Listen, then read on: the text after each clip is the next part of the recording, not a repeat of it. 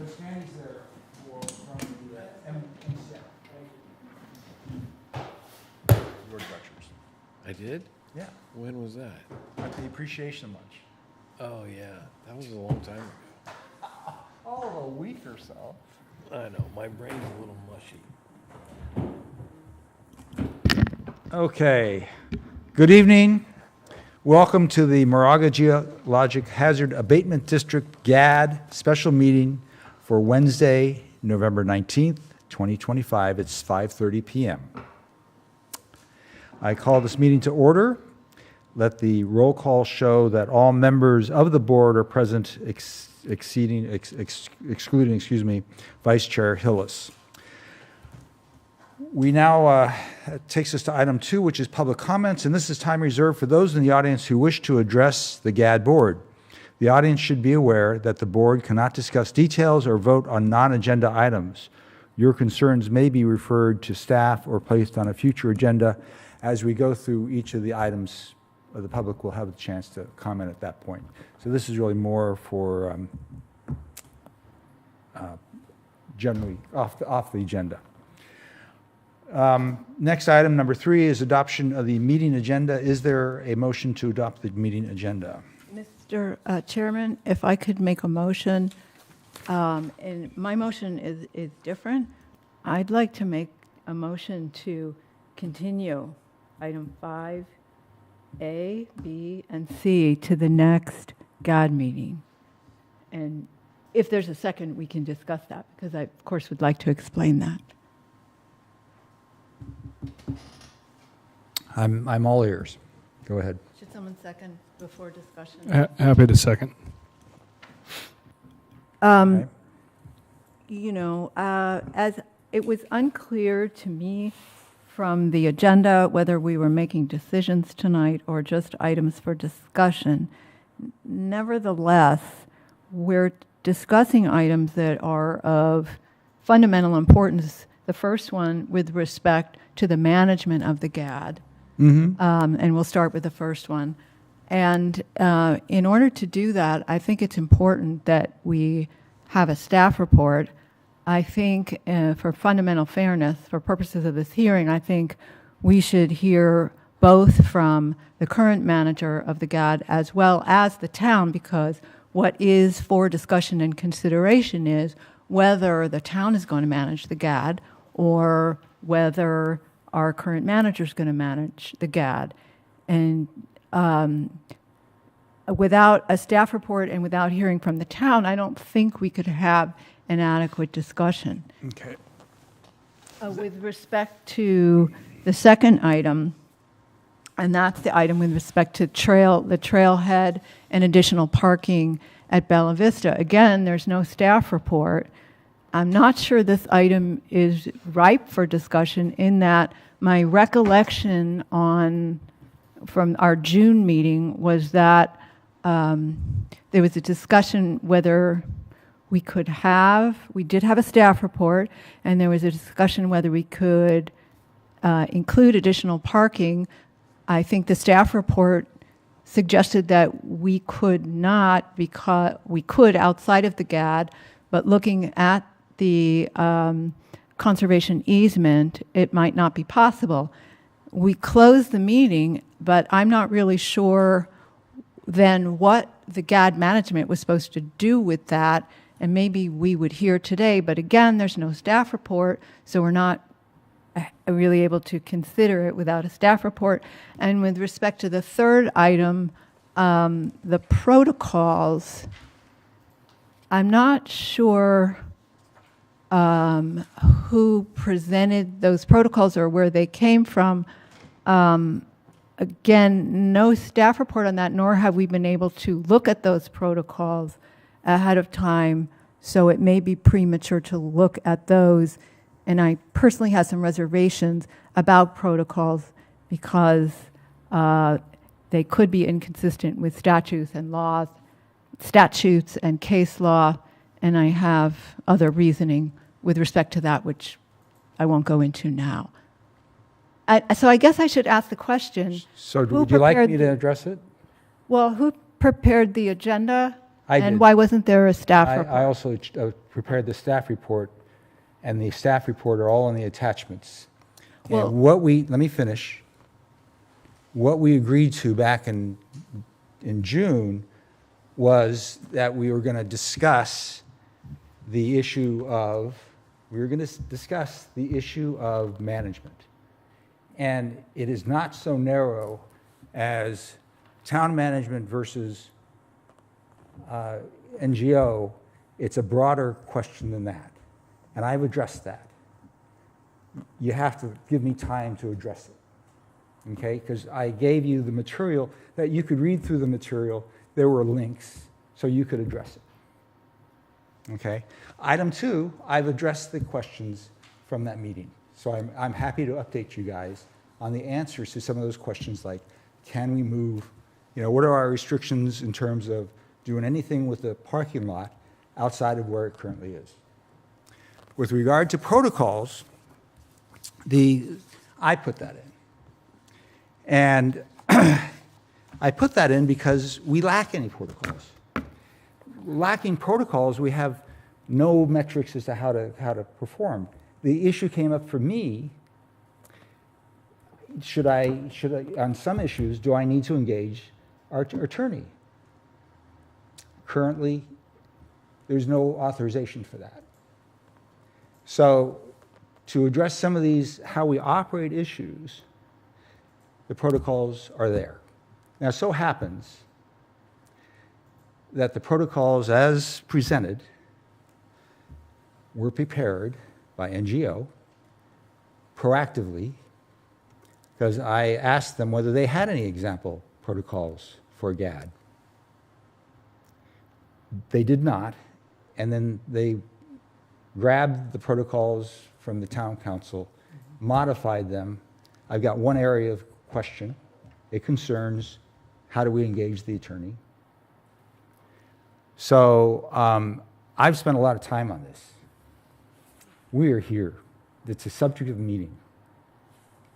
I'm not really receptive to just chucking it. Mr. Chairman, I acknowledge your time, and I do appreciate your time. And I make this motion with all due respect to you and your time, and I want you to know that. And I want the record to reflect that. And let the record show there is a staff report for each of these items. It is here. I'm, Chair, I didn't really see a staff report. I saw attachments and some background information, but a staff report would lay out the issue, do some analysis, and provide options. I mean, I saw some of the attachments, and so, I mean, if I could, there are certain parts of that motion that I am tempted to second, and I'll explain that to you if you'd like. Well, I don't know that there's a definition of a staff report. And again, what we agreed to at the the June meeting was we were going to discuss it. So my focus is, and it will take, I don't know, 20 minutes, a half hour to go through it. We've mobilized NGO. I'm not asking you to make a decision tonight. You may decide at the end of this, we want to come back and do one of your other options. Oh, I agree that we can't, you say it's a broader issue than staff versus continuing with NGO as the management. Mm-hmm. I don't know how it could get any broader, and I don't think you can have this conversation without staff participating. Who's staff? Our staff. Who's our staff? Our staff is city staff. This is a separate entity from our city. I know, but if you're going to talk about, I wasn't at that meeting, but I was briefed about it, and there seemed to be some discussion about whether or not we should continue with this model that we have. Right. And I'm not saying that we shouldn't, and that there was some desire on the part, I don't even know who brought it up, that it be run by staff with assistance from NGO. Right. Which is actually a model that I'm more familiar with, even though I'm told that that's less common. So to answer the question, can it be broader than just NGO or the town? Absolutely. First of all, what was posed in June was really not even an opportunity. It was a alternative or a desired end state. And the broader opportunity is, it may be that the decision is to bid this work out. There are other contractors that can do this. So what I've reconfigured it to be is acting as staff and trying to address the substance of what was requested of us. Why not give it to staff?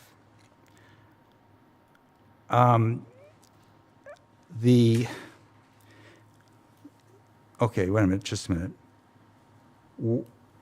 Why did the 2021, what I really have configured this to address is, why did the town council in 2021 decide to engage an outside GHAD manager? And is there an opportunity to improve? That's an opportunity. Is there an opportunity? We have to decide, is there an opportunity? As worded in June, there was no opportunity. It was well, let's give it to the staff. And so I have problems with that, and I want to move forward with this. And it does constitute a staff report, especially once you listen to what I have to say. And again, tonight is to discuss. That is what we agreed to in June.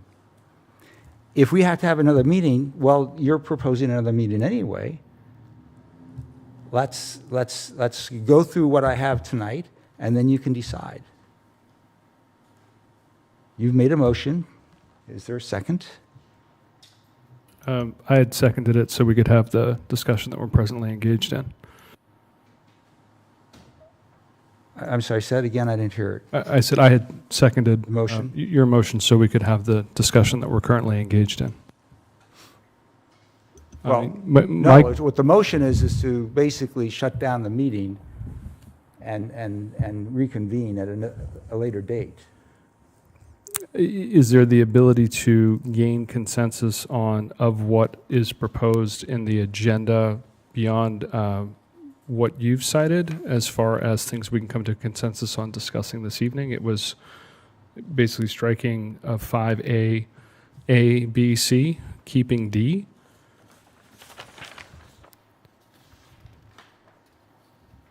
And then protocols. There is no D. C are the protocols. C are the protocols, right. But of 5A, we have an A, a B, a C, and a D. Guys- Was it striking all of that?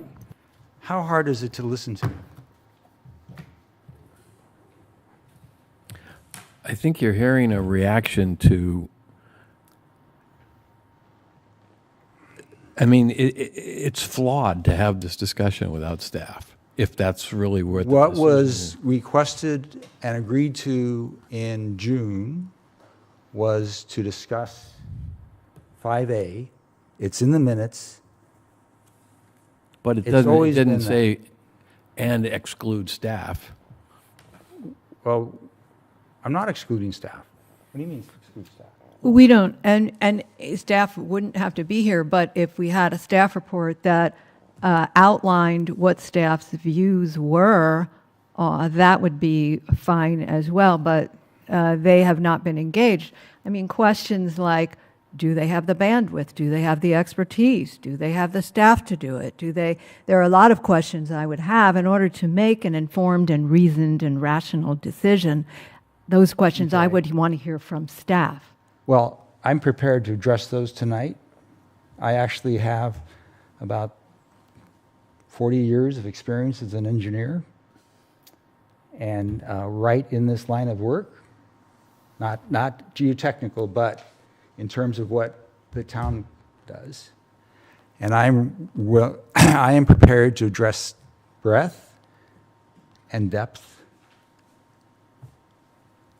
And then you will be better informed at the end of this meeting. And is it, and do you not intend to ask for any decision on any of these items? That is correct. It is the outcome, desired outcome is that this body decide how we want to move forward.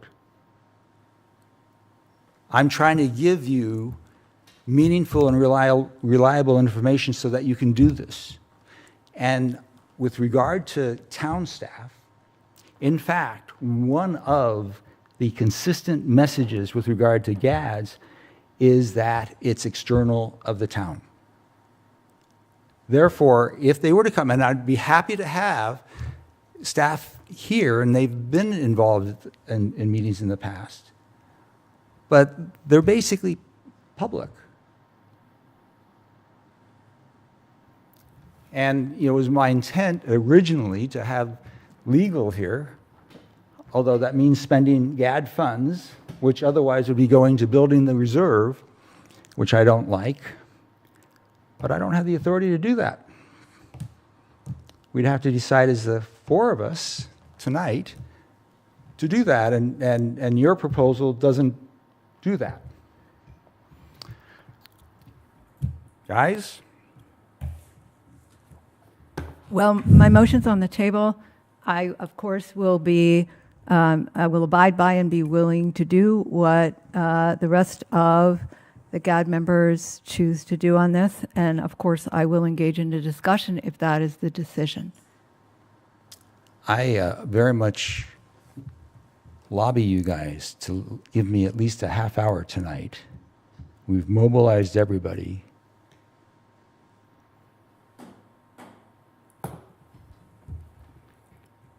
I don't want to waste anyone's time.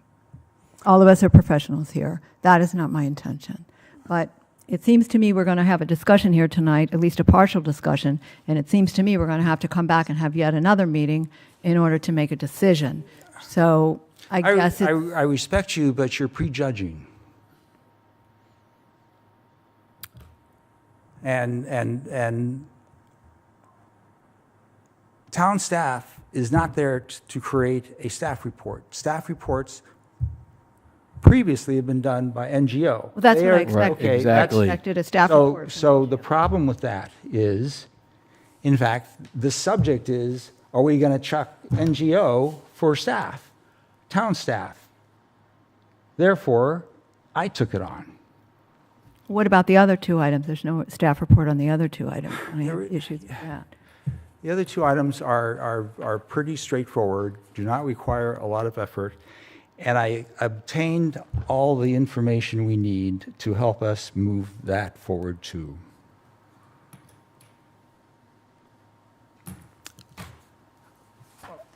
All those in favor? All those against? I'm against. Nay. I'm going to vote nay only because you've made it clear we're not making decisions. I don't think we can move forward on any of this without another meeting. I think the vice mayor, if I understand it correctly, was the one who raised this issue, and he's not here, unfortunately. Right.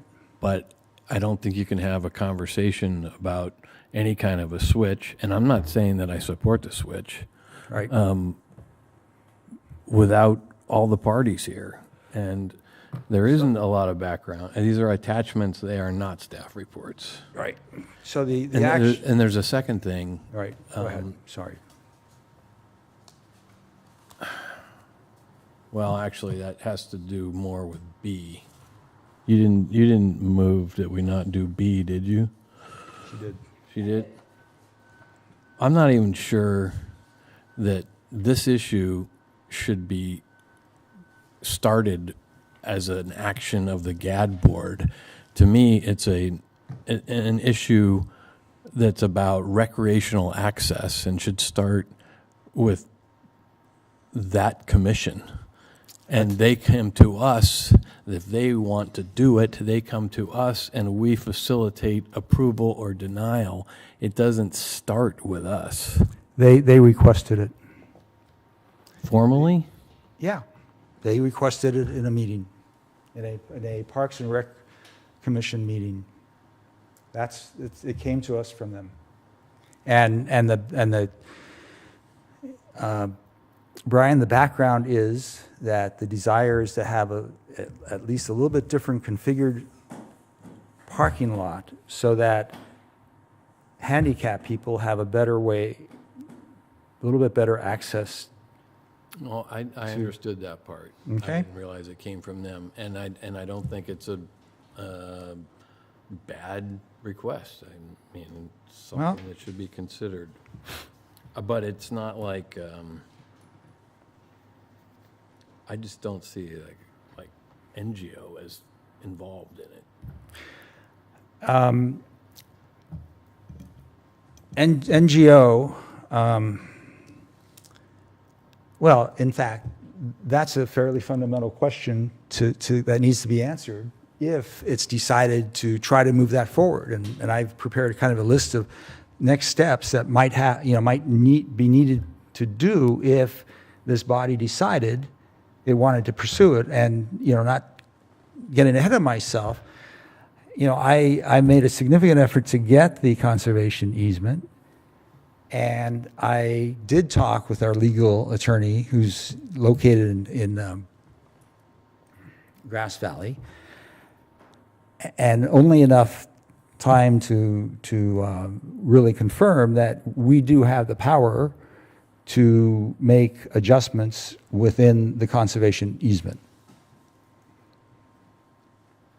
So that's one of the things I was and want to report out in proper logical progression tonight.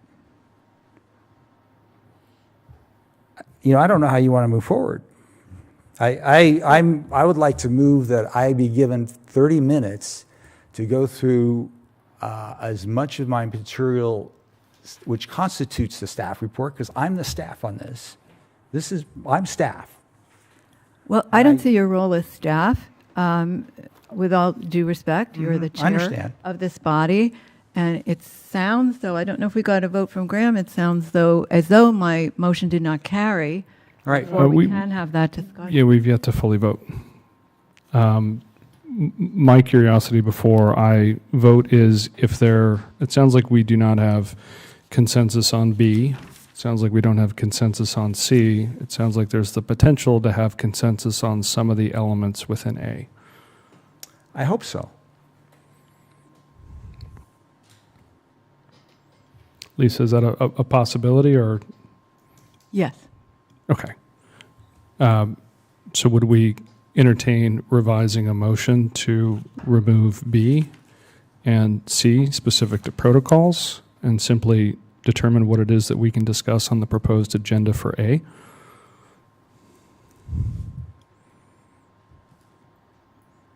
That would be fine. That would be fine. Yes. Okay. Have you guys looked at the attachments? I have. Yep. Okay. Yes. What on A do you want to talk about? Let's make that part of the motion.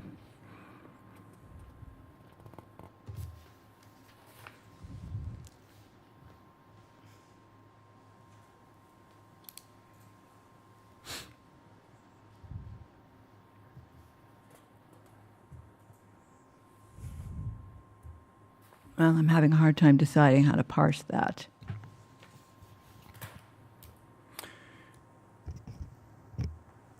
We can begin that discussion, I suppose, and not Okay. reach resolution.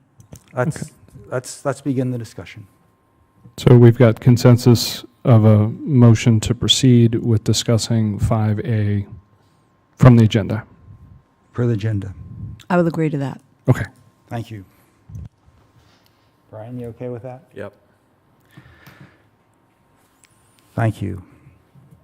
So, do we need to, are there any comments on the consent agenda? Can we get, excuse me, on the approving the minutes for the June 18th meeting? Chair Walke, can I just get a full motion on, On the agenda? on the adoption of the meeting agenda? I move for adoption of the agenda as proposed, with the understanding that if the body of the GHAD chooses to halt the meeting by majority, we'll abide by that. Okay? Is there a second? Second. All those in favor? Aye. Aye. Thank you. Can we adopt the meeting minutes of June 18th? Is there a motion? I move to adopt the meeting minutes for the Moraga GAD special meeting of June 18th, 2025. Second that. All those in favor? Aye. Aye. Passes unanimously. So let's move on to the requests for action other business and number A. Councilmember Maggio, you're absolutely correct. I should not be the staff. However, I found myself in the position of trying to meet what we agreed in the June meeting, but recognizing that the subject is potentially, how could NGO be unbiased in it? So I took that on. And would you bring up the Miller Star Regalia? And sort of my preamble here is, rather than trying to address is it best to put it with, or why not give it to the town, which, as I said, is not an opportunity, but rather an outcome, to give you guys detailed background to some degree, selectively, from the 2021 meeting in which it was decided to go forward with a specialist consultant. Is there any way to enlarge that?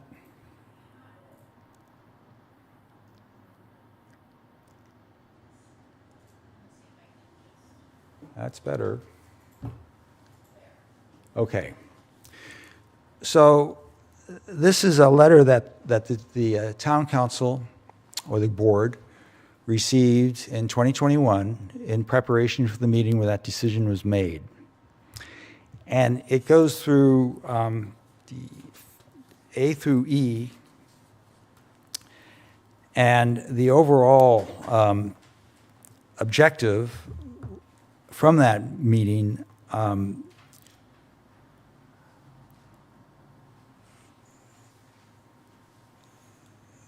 was related to town staff. However, as I've said, I've reconfigured it to say, why did the town council in 2021 decide to engage an outside GHAD manager, and is there an opportunity to improve? That I can see as an opportunity.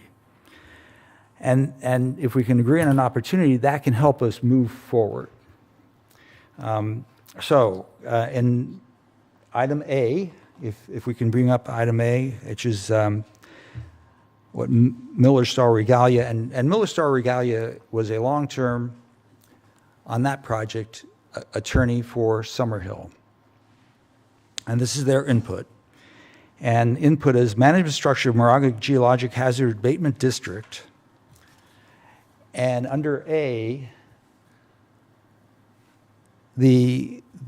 some of the key messages are that GADs are independent public agencies with a specialized legal mandate. And the second paragraph says it's a way to reduce litigation involving the local land use agency.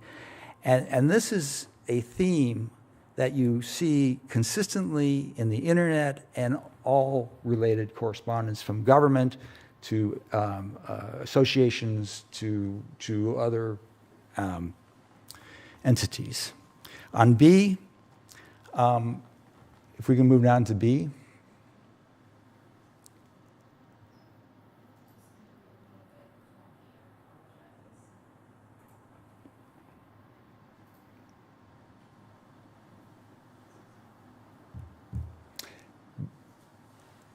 No. B in the regalia letter. Sorry. What B basically does is it defines the scope. And the important thing here is it really addresses the geologic conditions and ancillary activities for the GHAD space, such as vegetation management, drainage, those types of things, wildlife, but it does not include improvements. So that's why, it's under items 1 and 2 here. And it really focuses on maintaining those features. If we move on to C, what C addresses. Okay, thank you. Managers must have qualified expertise to monitor and remediate geologic hazards and manage biological and other environmental constraints. And this means that whoever is managing the CAD has to have direct access to licensed geotechnical engineers, licensed geologists, licensed surveyors for earthwork designs. And those geotechnical engineers, just for the record, before they become a geotechnical engineer, they have to be in California, a licensed civil engineer. So it's a supplemental license, so to speak. Currently, and then stamping design drawings equates to taking design ownership and liability, which especially means that the specialist consultant takes that liability, and if staff does so, stamps drawings, takes responsibility for designs, then the town is responsible. Organizations are responsible for the torts of their employees. Now, if we get that far, I have output from a AI search that I did, which in fact gives a little bit broader perspective on this issue. It's not in that material. Yeah. It was issued later this afternoon. Yeah, it's up there, the supplemental. Yeah, we'll look at it later if we get that far. And so that's one of the key reasons to have an outside entity do that design and stamping as a licensed geologist, licensed geotechnical engineer, licensed surveyor. And I value Moraga staff. I used to do the same kind of job that they do, and where they really focus on and where they really excel is project management, including quality assurance and quality control. And being able to they need to have technical expertise substantiated by being licensed. So they are licensed, they have that knowledge, but per se they don't practice the trade like the specialist consultants do. And we pay the specialist consultants, and they got to take if we take that responsibility from them, we own it. And that's another very common theme in all of the searching I've done. I've done extensive searching. And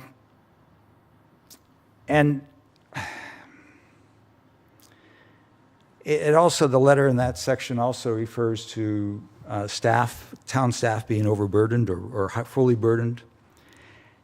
And yet I hear that, we could do it less expensive, less cost and higher quality. Reality is, and I hope I don't regret I tell you this, but in the 24-25 budget, we have carryover of about $8.7 million. That's money that was allocated for previous years, scheduled for previous years, and we haven't gotten to it yet. So staff is definitely challenged in the you know, our and on top of that $8.7 million, we are adding $6.9 million for this year. So that takes it up to about $14+ million for this year. Item D, that's where the legal advice, again, you know, basically states using town and employees to manage GAD places the town at liability risk. The GAD minimizes that. E, and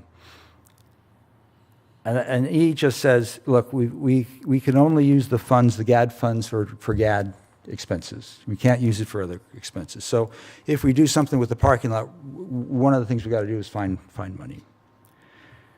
That takes us then on to, link to the Moraga GAD homepage.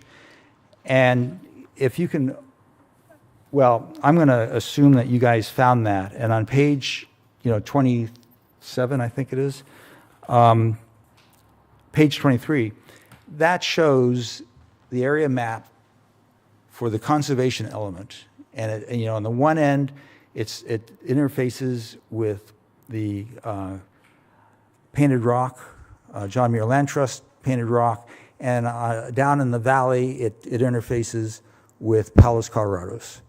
And there are a couple trails, and in June when I asked about condition of the trails, well, the trails go right to the barbed wire fence that interfaces with Palos Colorados, and that's what we're maintaining, and the trails were great up to that point. My question this summer was, well, why didn't the trails continue? And now I understand. I should have reviewed that map. Okay, then the next link is C is to the Orinda GAD, and just my notes there are that the Orinda GAD has two properties. One of them is Wilder. The area is much larger, and so is the annual budget. It's being managed by NGO, and I asked a former mayor of Orinda, who is currently still a council member, about staff involvement in managing the GAD, and I got a pretty emphatic no. So they're keeping it separate. And then item D on my list there, agreement with the NGO. The only thing I want to say there is, they take the risk on administration fee. In other words, we give them an annual budget, and it corresponds to a scope of work, and they have to execute that scope of work within that budget. It's fixed. And they can manage it. If, in fact, we were to turn it over to another entity who then needs to contract with someone like NGO or another consultant, it's really unlikely that they're going to be willing to agree to do that on a fixed fee basis. It's likely going to have to be time and material, because they're giving, they've lost that control, and that needs to be acknowledged. Okay. Can we bring up the AI? I spent quite a bit of time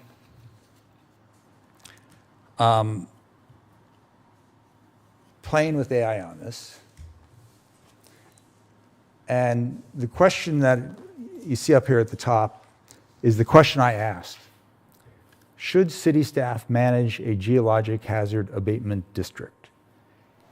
And the direct answer, now this is going to be more balanced than what you may have just seen from me. City staff can manage a GAD, but best practice is to avoid relying solely on municipal employees. Using independent GAD managers or consultants risks or reduces Liability risk ensures specialized expertise and maintains the legal separation between the city and the GAD. This is again, very consistent with what I've seen, okay? Let's go down. Again, this reinforces they're independent public agencies. The board must appoint a clerk and a treasurer. One nuance on Orinda is that they do use staff for finance. That's the one little quirk in there. And personally, I'm not concerned about that because that's really not managing the geologic risks. And then liability concerns arise if city staff act without clear indemnification.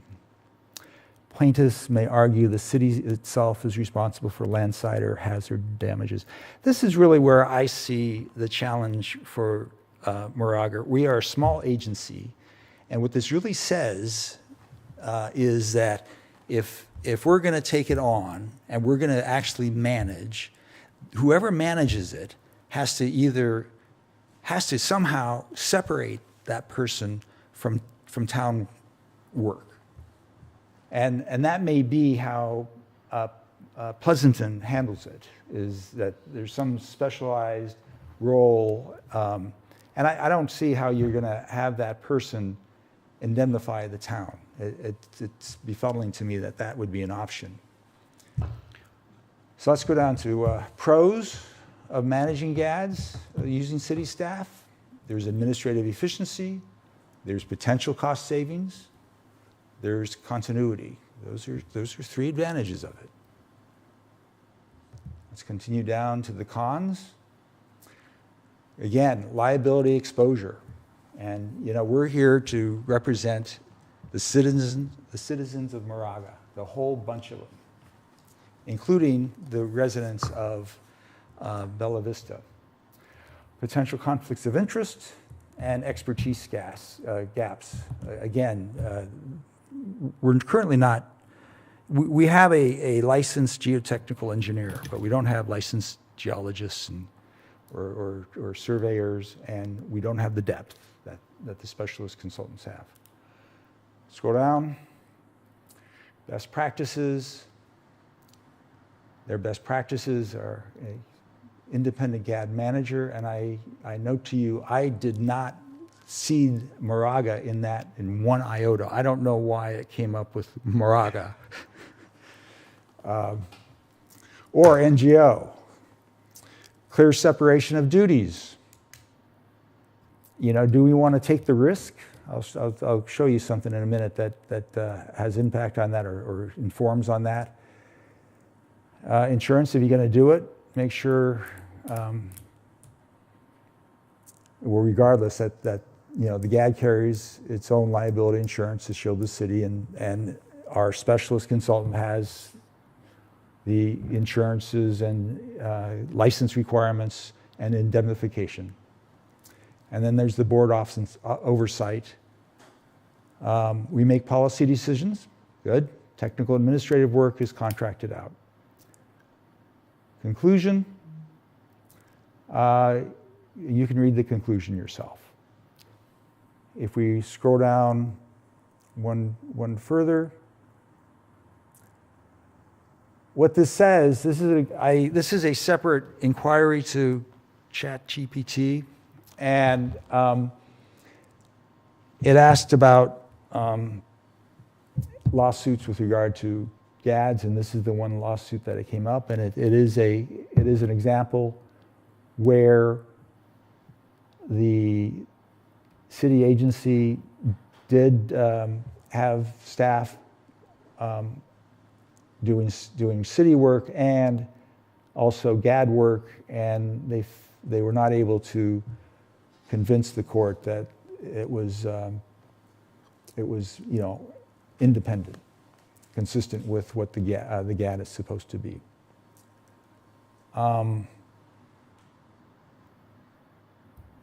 That's the extent of my staff report.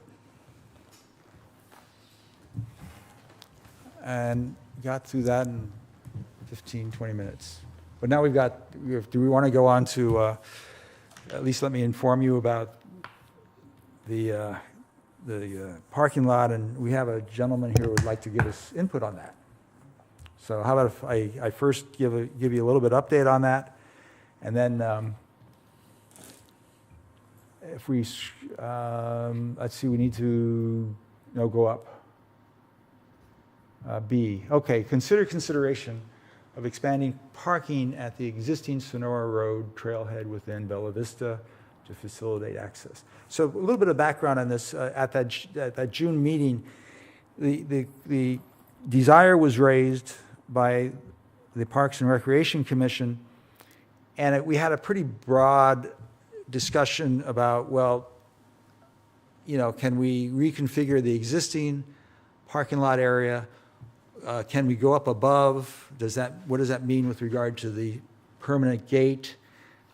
Is there a public right to go past that gate? And if we go past that gate up above, are we going to put in a large parking lot that's paved? And so there was this fundamental question of, well, can we even do anything in the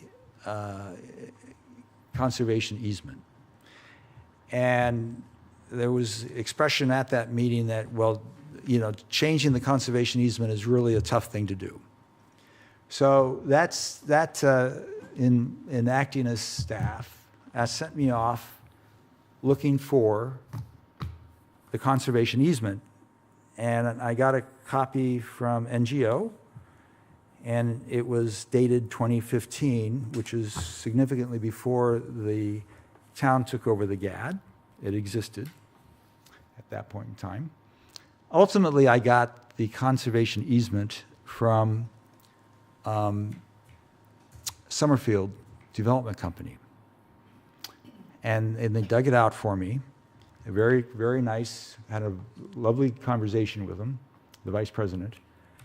And this one is dated 2020, and it assigns the conservation element to the GHAD. And in talking with our legal counsel, very short, and he not going to be charged for it, he communicated that, you know, we can modify it if we choose to modify it.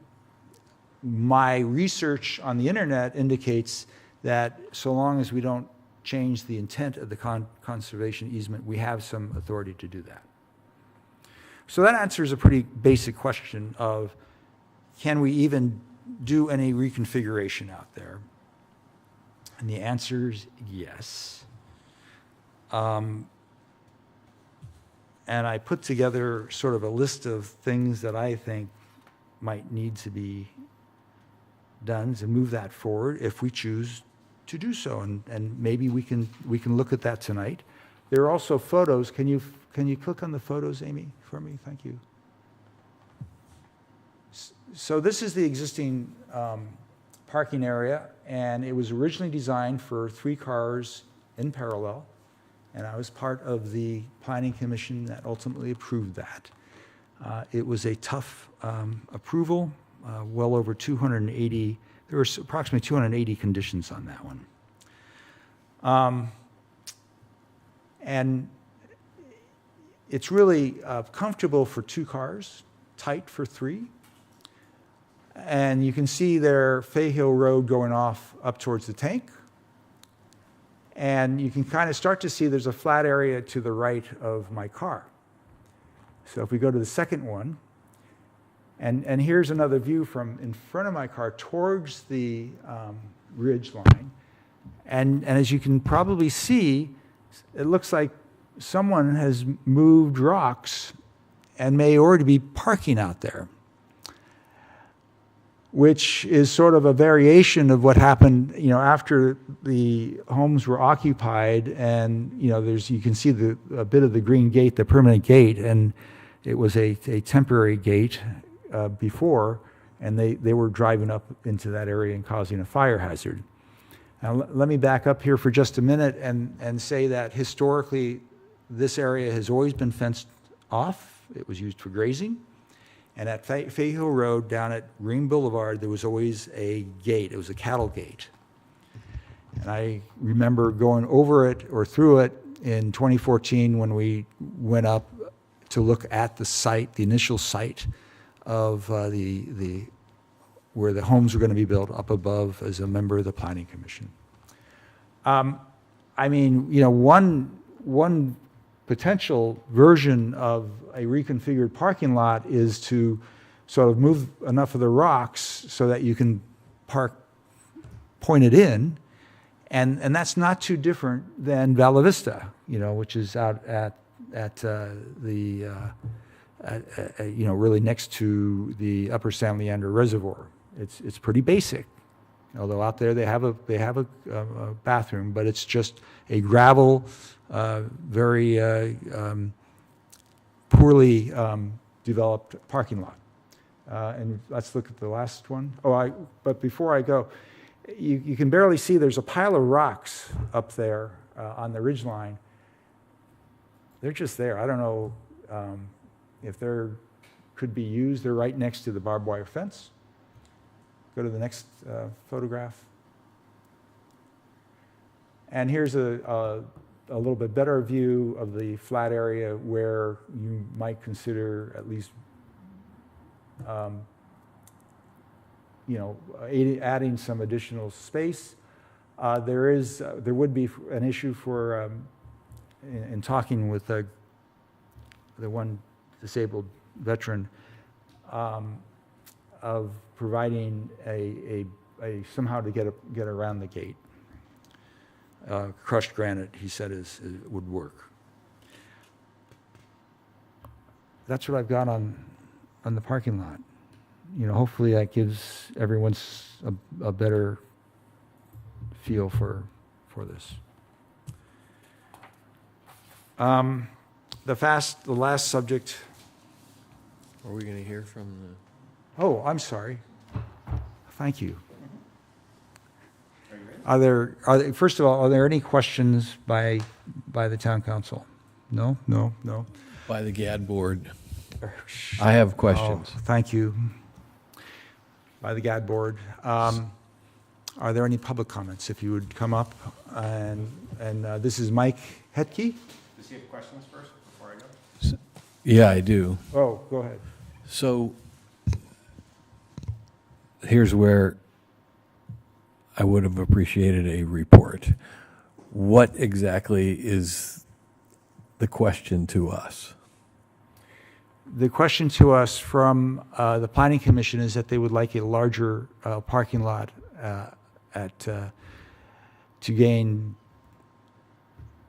to more easily gain access to the open space. Park and rec or planning? Park and rec or planning?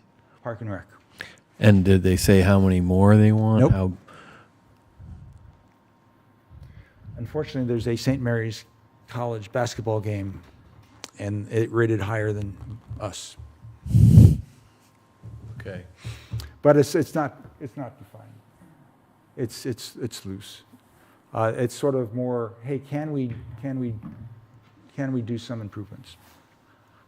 Mike, the floor is yours. Thank you very much. I appreciate the time to address you guys. You already answered one of my questions in your comments, which was, first of all, making sure we're not using GAD money to do this project. That's obviously for geological hazard abatement and not to create more parking spaces. That said, I think, first of all, I should let you know who I am. I'm a resident of Bella Vista. I'm also Bella Vista's HOA president. I'm also an NACD certified corporate director. I'm also an ex-CEO. So I can feel for the job you guys are doing and appreciate the work you're doing.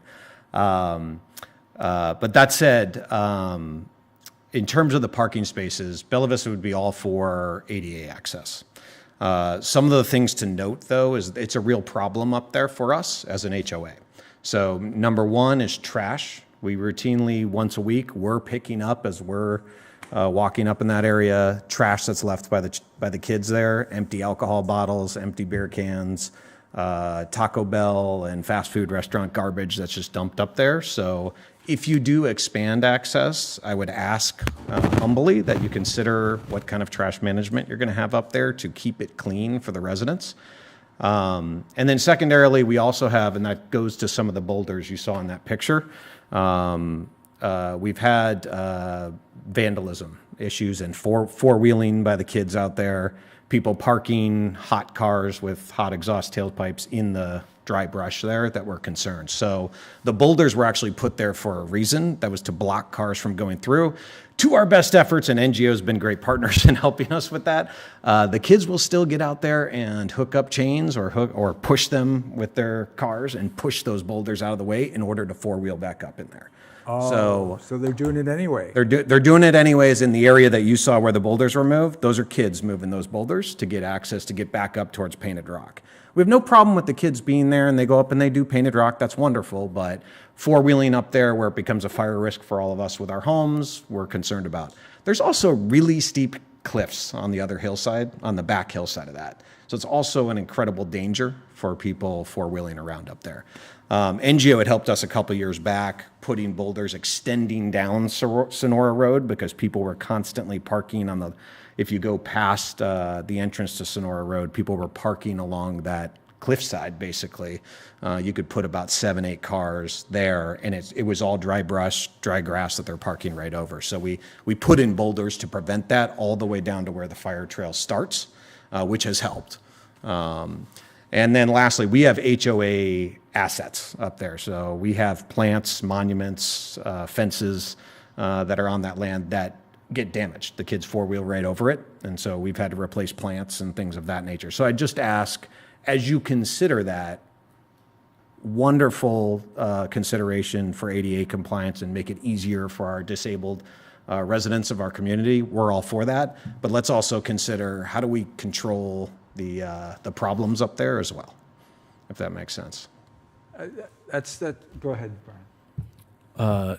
I'm not sure this is a question for the speaker, but thank you for all that information. It'll help when we get to the discussion / design Sure. / answer. And I echo that. I happen to be, I was on the town council when they really started using that whole area up there for parking purposes. And, it was fall, and the grass was very, very dry, and it was hot. And I, would go up there, and there would be kids in cars, just watching the sunset and running the air conditioner in their car with the engine running in the grass. And we had a bit of a fire drill, so to speak, to get that taken care of. Yeah. Go ahead. There were some kids up there when I went up there today, smoking, not cigarettes. With a car out in the area? No, they were in the parking, but they were also residents of the neighborhood.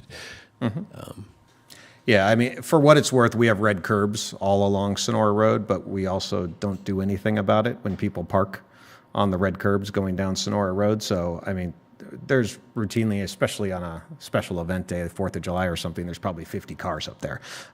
So they can park on the road if necessary. So just, I guess our only ask is to think through the both civilian risk, but fire risk, as well as trash and vandalism up there, and what alternatives we could do to create the best of both worlds, make it ADA accessible in an easier fashion, and prevent kids from destroying things.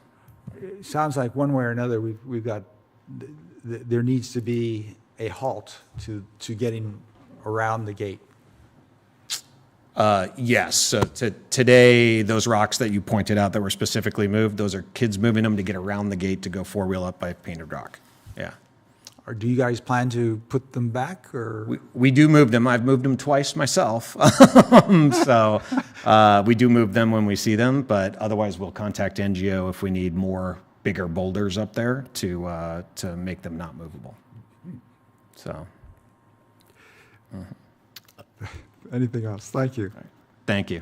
I have some questions for either you or NGO. Go ahead. So I know that part of the thing is accessibility. When I look at that road, it exceeds the grade for accessibility.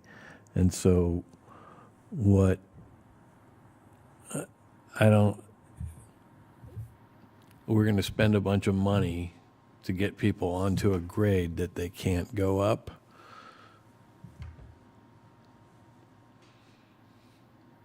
You're saying on the other side of the gate? Yes, Ah, you mean, are you saying for ADA people? yes. Oh, okay. Well, with Greg, he can go up. Yeah. I cannot guarantee that others can go up. Yeah. I hear you. Well, was their request just, we want more opportunity for everybody, or is it specific for ADA? What do you recall? My recollection is they wanted additional parking spaces. That was Park and Rec. And they wanted ADA access. Well, I could see right now that if you park in the spaces that are there and you want to go up the paved road, like I don't think Greg could get around that fence in his chair and still be on the pavement.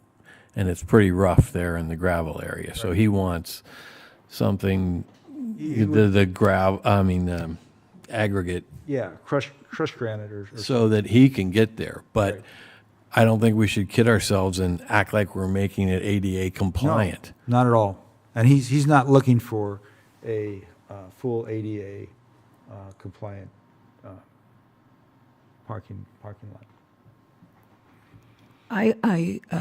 Maybe we should hear from NGO on this. I recall in rereading that staff report from the 14th of June that additional parking spaces were not feasible, might not be feasible within the GHAD property. I'm not sure if I'm wrong about that, and I'm not sure what the recommendation or conclusion was with respect to ADA access, if there was one in there. Yeah. The answer to the first question is, under the current wording of the conservation easement, that use doesn't appear to be allowed. And so it would require a change to the easement language. With regard to ADA, I don't think we've heard that come up. In terms of compliance with the Americans with Disabilities Act, that issue hasn't come up, but it was a problem, people going up there, and the town requested that that gate be put in. It was not a condition of approval, and the developer accommodated the request, even though it hadn't been required at the time of the entitlements. We were able, Eric Harrell from our office was able to find that language from the actual town council meeting that described that. And we have it here if anyone's interested. Related specifically to the gate or the parking lot area? I'll just read the salient language verbatim if we want to hear it. In late spring 2020, town staff was informed that there had been an increase in traffic accessing the portion of Fay Hill Road that runs adjacent to Ream Ridge Road of the intersection of Fay Hill Road and Sonora Road. Fay Hill Road is a private road that provides access to the East Bay Mud Fay Hill Reservoir. The Painted Rock property, PG&E facilities, Verizon AT&T facilities, and the Bella Vista open space, parentheses, to be transferred to the GHAD at a future date. The increase in traffic resulted from the improvements to Fay Hill Road that were required as part of the subdivision improvements and which allowed vehicles to easily access off-road areas on the open space and Painted Rock properties. At the town's request, Summerhill installed a new gate and placed boulders at the intersection of Fay Hill Road and Sonora Road to restrict unauthorized traffic. I agree with that description.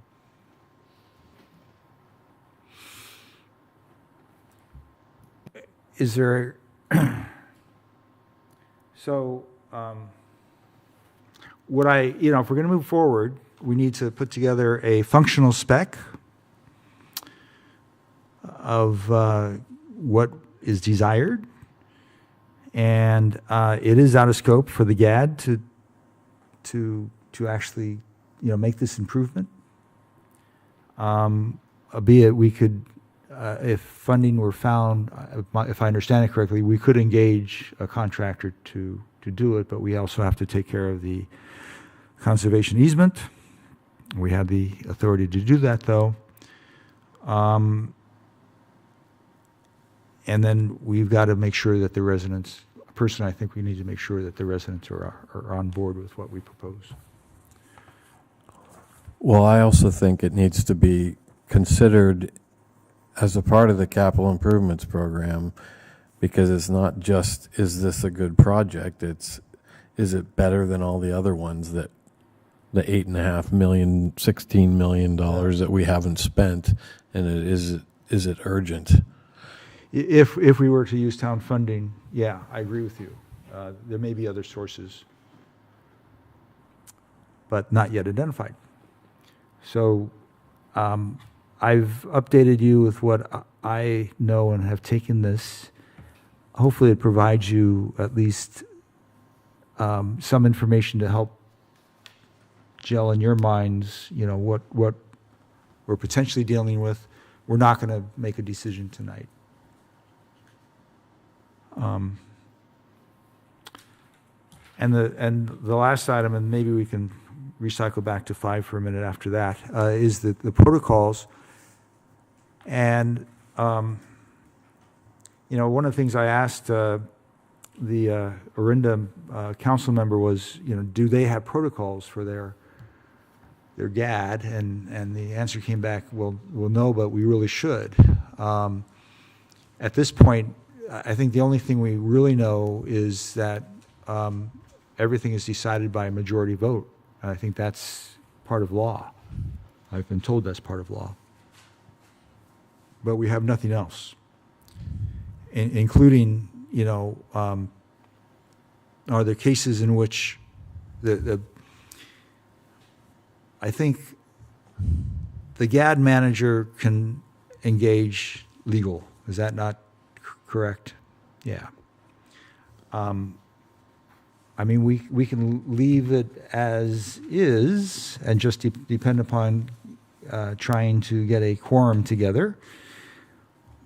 We can adapt these, consider adapting these protocols to have something that we can use and go, guide by. I offer it up. And Could I? Go ahead, Brian. So I'm really kind of on the fence on this one. In my experience, 99.9% of the time, a GAD administration is simple. Once a year, they come to you with an engineer's report. You have your meeting. It's over with. See you next year. And protocols are, I don't know. Are they necessary? If all we're doing is adapting our own and, crossing out references to the city, I don't think it hurts, but in some ways it's like overkill? It's a solution looking for a problem. And so I'm indifferent to it. And if I can just comment and then go on for others, absolutely agree with you, except then we had the June meeting, which resulted in this meeting, resulted in a lot of work and a lot of stress, including for our expert consultant, because this isn't really very good treatment for them. The wording from that June meeting. So I don't think it hurts to have protocols, something that people can access. Anyway, I'm sorry. I would say, can I just add, I'm sorry for hogging the floor, but two things. If we're going to start with what's been prepared so far, I think we need to, there's a reference in there to things must be consistent with our annual goals. I think we just eliminate that. We don't have annual goals and we're not going to create them. I don't know what on earth they would be. Get through your meeting.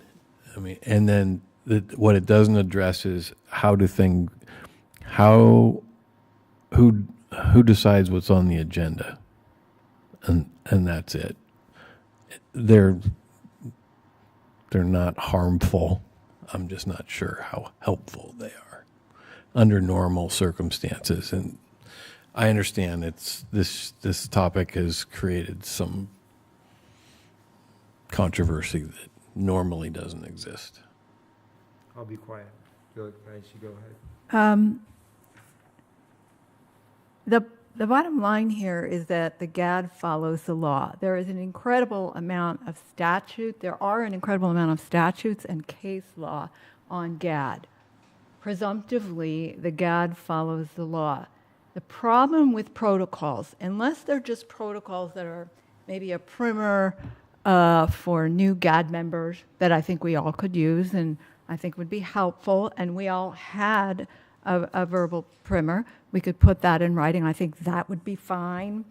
Or strictly operational procedures. I think the difficulty with it can hurt. I think, Steve, you said the words, well, it can't hurt to have these, but in fact it can. And I sat down and wrote a few reasons why it's not appropriate to, or not a good idea, it's unwise to essentially restate the law that we're following. And it does create some legal risk because there could be some unintended misstatements that deviate from statutes or case law. In essence, it also freezes the board in time so that when the law evolves, we constantly have to look at those protocols and make sure that they're consistent with the law. It can create confusion about the rules that actually govern.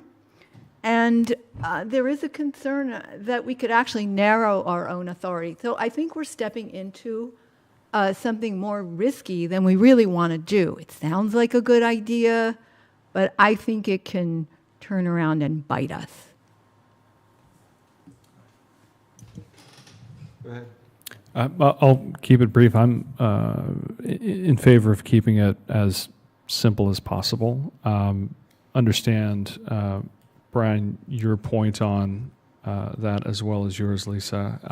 If there's anything that is on the primer side that's just general education, especially to, say, new members like myself, that could only be to future town council member or GAD management benefit.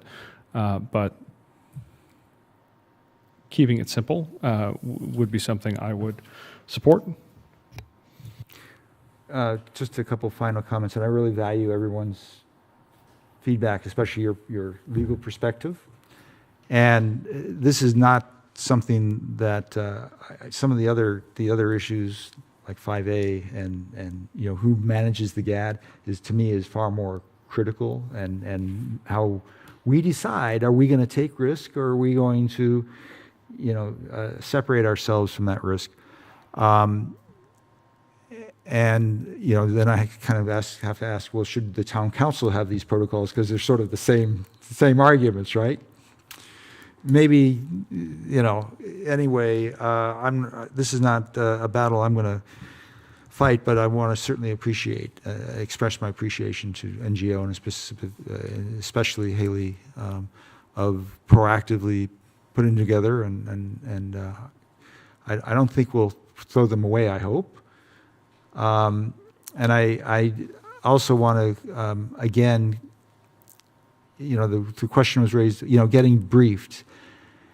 And, in January, I did ask whether the new council members had been briefed on the GAD, but it wasn't the complete briefing, so to speak.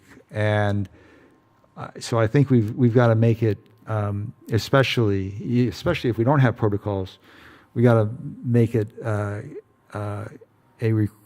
requirement or a basis that new town council members really get briefed, including not only legal, but also our expert consultant or whoever is in charge of managing the GAD. So, I think that would be one of those opportunities you were looking for. I think that would be an excellent opportunity. good. Are we done with that one? Do we need to go back to 5A? Were there any desire to discuss that in any manner, give feedback? Are we going to table it until another GAD meeting? No decision necessary. So I mean, my comments are just what they were in the beginning. I'm not convinced that so I worked for 15 years in a town that had the official manager was staff. We had NGO, or I think we had NGO in Pleasanton as our consultant. So all the expertise was at our fingertips.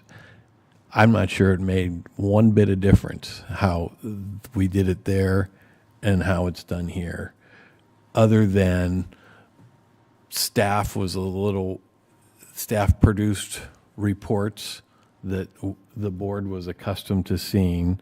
Staff was closer to the process of setting up a meeting and the advertising and the posting and all that stuff.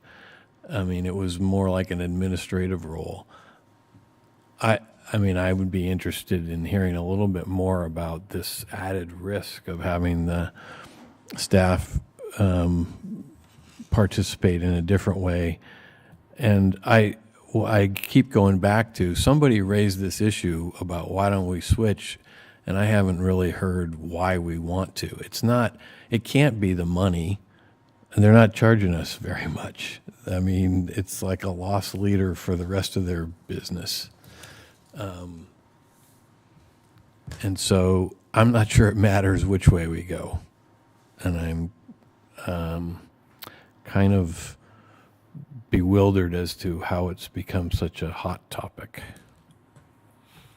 Mr.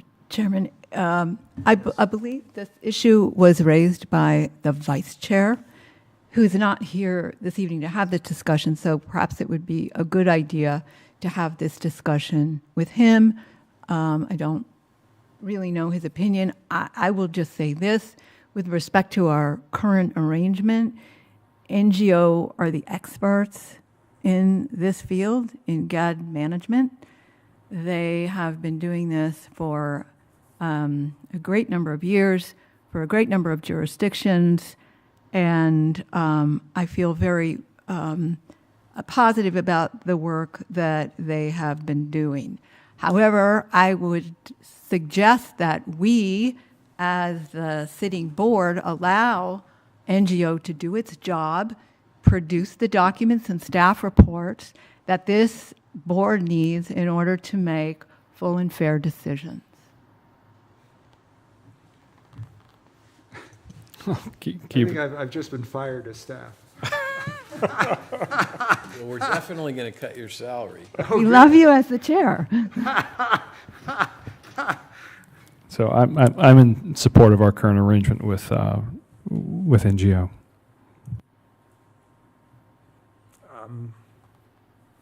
Can I actually make a public comment on this one? I will reopen the floor for public comment. You can come on. Apologize, I know it's out of turn. Just, I apologize because I'm trying to get up to speed very quickly as we got notice of all this. I went through NGO's report. One thing I didn't see was a reserve study. Do you guys have a reserve study that shows reserve adequacy, how much we're trying to get to, et cetera, as we're making decisions on the assessments? Yes.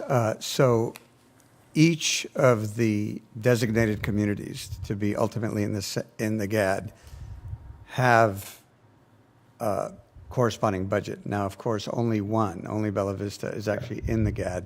Yep.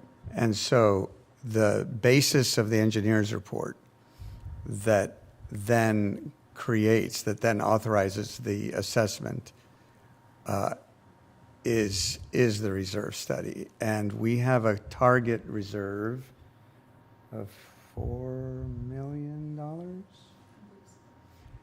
But we can definitely provide that to you. Now, from time to time, GADs that are mature, that have been around and that have a reserve, we update the reserve study, and we have a standalone reserve study that is not part of an engineer's report. Also, when the annexations come in, it provides an opportunity to optimize. And for example, if Palos Colorado's came in before Hetfield, it would change forever the reserve profile of the GAD. Hetfield is a heavy load for just 7 lots. So it's appropriate to do a reserve study either when a lot of time has elapsed and things change. Rules and regulations of resource agencies change and many other things change, and or when new communities get added to a particular GAD. Yeah. Yeah, Haley? And I just wanted to add that every year when we prepare the budget for the board review and approval, we do talk about the reserve, the current balance of the reserve and the target and how that compares to the long-term target. So we do provide that information preliminarily, not as, a formal reserve study, but we do discuss it within the annual budget for the board. Okay. When I think of managing the reserves like we do for an HOA, we've got very targeted timelines upon which we're spending our money to know exactly what is the adequacy of our reserve. And the reason I ask is I saw you guys just follow the CPI basically with the assessment increase every year. And we've been able to manage Bella Vista's HOA with the original assessment that was set by Summerhill and absorb the cost of inflation over the last 6 years with our hands over our hearts with 200% funded reserves in order to do it, by managing our cost basis. And so that's why I asked, what is the target? Where are we trying to get to? Where are we in that trajectory? So someone who pays into it knows, hey, we're actually being, we're doing our fiduciary duty as a board here and making sure we're spending our money very wisely and funding very wisely. Yeah, absolutely. We have GADs that not only have held, in fact, Orinda is an example where we're actually levying 10% less than the assessment limit because of the trajectory of the reserve. So we have a target reserve, and we usually allow either 40 or 50 years to get to the target. And if we achieve the inflation-adjusted target, or if we're on a trajectory to quickly achieve that, then we will reduce the levy. Not the assessment is the assessment, but the board can levy any amount up to that limit. And so we have many examples of GADs where it's not up to the limit. In fact, we have GADs where the levy is fully suspended. They're paying zero. And we hope to get there with all GADs. We hope that the earnings on the reserves Exactly. can support the operations. Yep. And when the operations get into a steady state condition, that's plausible. Okay. And then lastly, just for this board, first of all, I would just like to say NGO's been great and fully support them. However, as fiduciaries and good governance, there is nothing wrong with RFPing every 3 years, even though it might be a nominal amount of money. You're testing the market to understand, am I getting a fair rate? And if it's within the range of fair, I would wholeheartedly agree. I wouldn't make a change either. But there's absolutely nothing wrong with making sure you're doing your fiduciary duty to make sure, even if it's a few pennies we're saving, that it's worth it. Yeah. Mike, that's an excellent comment input, and it's something we face with our legal advisors. And we've we addressed that, and actually it was one of my recommendations here, by periodically benchmarking Yeah, the okay. fees as an alternative to doing a full, request for proposal. And that has worked pretty well for us. Okay, So- great. And then we have a very good partnership with our legal advisors, Burke, Williams, and Sorensen. And, I think what I've heard, and, I think we have a good partnership with NGO. But there are other specialist consultants that, maybe we ought to warrant their consideration. And I just want to, I'm going to say two things. One is, I've been in the planning business off and on with Moraga since about 1990, and probably approaching, well, with the town council over 25 years. And during all those years, I've been involved, it's not like some areas, San Ramon, but for those developments that have gone forward, I have yet to see any development have a geologic failure during my 10 years. And, part of that, I suspect, comes from the fact that the applicant has to get a licensed geotech to sign off, and probably also geologist, and then they have a separate peer review. So, once these areas have been mitigated, they're so far they've shown very good resiliency, which gives me comfort. And I just I apologize for trying to push this agenda and giving me time tonight. I thank you for that. I hope that it was beneficial for you as a total view. I don't know where we go next. In less than a month, I will no longer be the chair, and so that decision will be with others, and I'm okay with that. Well, thank you for letting me jump in. I appreciate it. Anything else? You're ready to bolt out the door? Are you have Domino's or? No. Okay. Do we have a GHAD manager update next? Should we get back to the agenda? Yeah, sure. Is there an update from the GHAD manager? Yes. Thank you, Board. I can keep it brief, but if the Board wanted any updates from the items from the GHAD manager report we provided last time, we're happy to dive into those. I think the biggest item was surrounded around vegetation management along Ream Boulevard. So I'm happy to report that we worked with town staff, Assistant Public Works Director, and MOFD on the requirements along Ream Boulevard there, where the GHAD does own the property next to the public right-of-way, and we did address those concerns and did perform weed abatement along Ream where necessary. So that's probably the biggest update from the GHAD manager item. And happy to answer any questions. Thank you. So that was just across the road from where the fire was. Correct. Thank you.